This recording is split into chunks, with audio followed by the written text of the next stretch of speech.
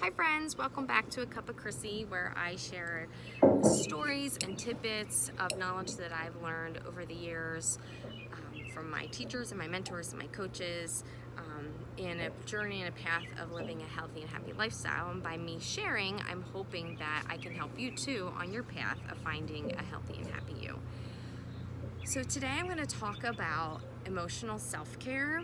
It's Mental Health Awareness Month, and I feel like it's a very important topic that most people don't want to talk about, mental health, and why emotional self-care is so important for mental health care. But before I begin, I always like to talk about the things that I'm drinking. So I'm drinking lemon water.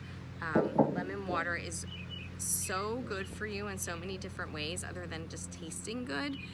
But if you drink a cup of warm lemon water in the morning, it helps flush out your digestive system so that you can go. It also kills like a lot of the bacteria in your because it's acidic in your intestines and in your belly. It also helps brighten your skin. It has all around good benefits. So I highly recommend drinking lemon water throughout your day if you can, even if it's just like 1 cup. And it's just really good for you. So, mental health care and emotional self-care. So, most of us believe that self-care is about the physical self and taking care of ourselves, working out, eating all the right foods, drinking your lemon water. But the reality is, if we don't have our mind right, if we don't have our emotions right, no matter how hard we work out on our bodies, like you can do the physical self-care and you can do the social self-care and you can do the spiritual self-care, like you can eat all the greens and you can talk to your friends and you can go to church on Sunday if that's your thing for spiritual self-care. But if you're not right here, all that is just going to have issues all the time. So if you feel like you're in a space where you think you're doing all the things, I want you to really look back and see what you're doing to take care of yourself emotionally. So there are many different options that you can choose to emotional self-care, and you should be doing something daily to take care of yourself in an emotional capacity. Mental health has a really bad stigma, which is, to me, I feel is really sad, because if you were to, your brain is part of your body, and if you were to break your bone, everybody feels that's a real problem. If you have some sort of cancer, that's a real problem. But when you're emotionally distraught or you're dealing with a traumatic event or something like that, or you have an illness and nobody can understand where it's coming from, because maybe it's something that's an illness that's not necessarily seen, it's just felt within your body, you get labeled as being like crazy, or people think that you're over exaggerating or whatever.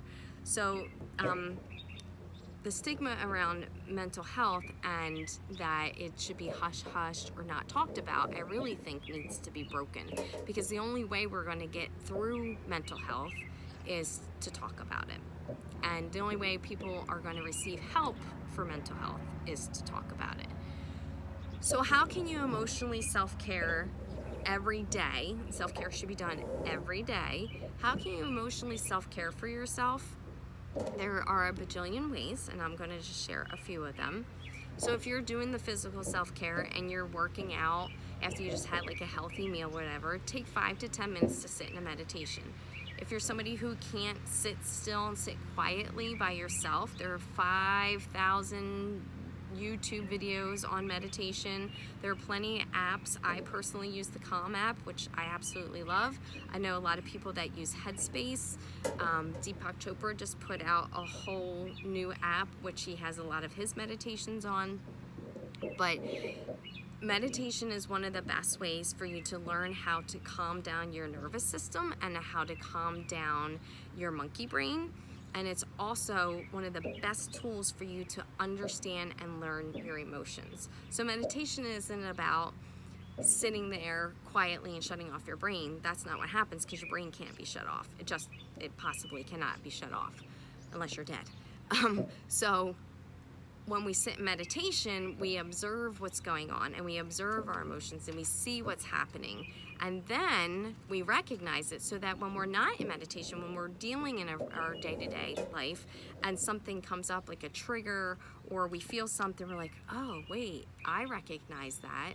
And instead of reacting, which is what most people usually do to their emotions, you sit with it and go, oh, wait a minute, that's caused by this. Okay, so I probably shouldn't yell at that person. Or, oh, I'm sad. Oh, that's right, that happened. I just was pushing it to the back of my brain. I just don't want to think about it right now. So meditation is a great tool for understanding your emotions. When it comes to our emotions, a lot of us, like, we all obviously want to be happy, but we don't want to deal with the hard emotions. So we don't want to ever be sad. We don't want to cry in front of people because that looks like weakness. Crying is not weakness. Crying is actually a physical release, and actually can be very helpful for you in your emotional self-care. So sometimes you could just put on a sad song and cry. Nothing has to be wrong. Or if you feel like you're very sad and you just can't process it, put on music. Music is very therapeutic, and then you can just release it all out. Another thing is to talk your feelings with people. I recommend having at least 2 people, solid people in your life that you can talk to. Those are your non-judgmental people. I wouldn't necessarily go with family because as humans, we become very protective of our loved ones. So, I mean, you can go to a family member if you feel comfortable, but it's always best to get somebody who's a little more removed from your everyday life than family. If that makes sense. Anywho, find 2 people that you can talk to, that you can just spill your guts to, that you can just, when you're happy, when you're mad, when you're sad, when you're whatever, can talk to, and they're not going to judge you, and they're not going to solicit advice to you unless you ask them for it. And if it gets to a point where you can't find somebody, or it's just too much for friends that you think that your friends or family can actually handle, I highly recommend talking to a therapist. Therapists there's like so much stigma about going to talk to somebody. A lot of times parents are like, I don't want my kid to talk to a therapist because they're going to blame me for all their problems. Well, yes and no. You only know what you know when you're raising your kid from what you've learned raising your kid. So you're either going to repeat what your parents are doing, or you're going to absolutely hate what your parents did and you're going to do the total opposite of what they did. So on some aspect, yes, that is true. It's going to happen, but it's not necessarily your fault. It's what you know.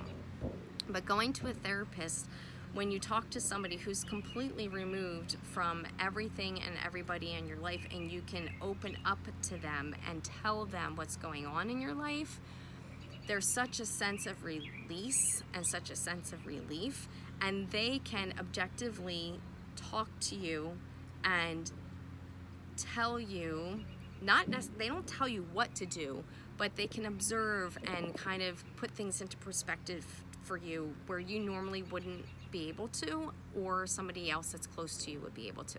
So I highly recommend therapy, and I will be doing a whole segment on therapy and talk about it at greater length. But emotional self-care, if you don't take care of this is all going to become a problem at some point. And if it's not your body, it's going to be your relationships with other people, whether it's your family, your friends, your job, whatever the case may be. So find something to do every single day to take care of yourself emotionally. Write down your feelings, get them out, don't keep them all bottled up inside. When we just keep stacking things on top, what's going to happen if we don't have a firm foundation? Think of a building. If it's not on a solid foundation, you just keep layering shit on top of it, it's just going to topple over. And that's what usually happens. And all of this is preventative. Well, the majority of it. I wouldn't say all of it, but the majority of it you can prevent. You can prevent the outbursts in your life. You can prevent the negativity in your life. You can prevent sometimes illnesses in your life if you just take the time to emotionally self-care, take care of what's going on up in here, take care of what's going on up in or down in here, and you'll live a much healthier and happier lifestyle. It's not easy. Trust me, it's not easy. I've been practicing, studying, and researching the crap out of self-care for a good 30 years. It is not easy at all. It is work. But the more you do it, the easier it becomes. And whatever season in life you're in will depend on what kind of emotional self-care that you need. I also want to say that letting out your emotions and feeling your emotions are very important, and it's going to be hard. It's going to be really hard sometimes. So there are 3 techniques that I want to share with you that you can use when you're in a emotional state where you feel like maybe you're going to have an anxiety attack or a panic attack, or like everything's spinning. One could be, it's called a heart hold. So you put your right hand on your heart and your left hand on your belly. You can do this through meditation. I like to do this sometimes and put a song on that I know is like motivating for me. Don't judge me. Sometimes I listen to Miley Cyrus and her song The Climb, because it's very uplifting. So I'll listen to that, and I'll put my right hand on my heart and my left hand on my belly, and this is a heart hold. You can do this just breathing. You don't even have to do anything else with it. You don't have to meditate, listen to music. You could just breathe in through your nose and out your mouth. And in through your nose and out your mouth. And they're long, drawn out breaths. Not like it's in through your nose and out your mouth. Now, if you really need to feel grounded, you can do a head hold, which is almost the same thing. Right hand on your forehead, left hand on the back of your head, and just close your eyes and breathe in deep and blow it out your mouth. Breathe in deep and blow it out your mouth.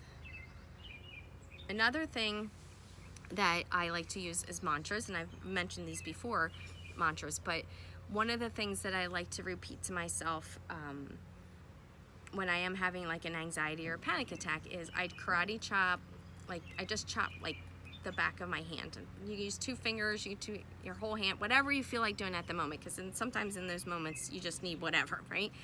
I usually use 2 fingers, and I just tap on the fleshy part under my pinky, and I just keep tapping. Sometimes I close my eyes. I've been here before. I'll get through it again. I am safe. I've been here before. I'll get through it again.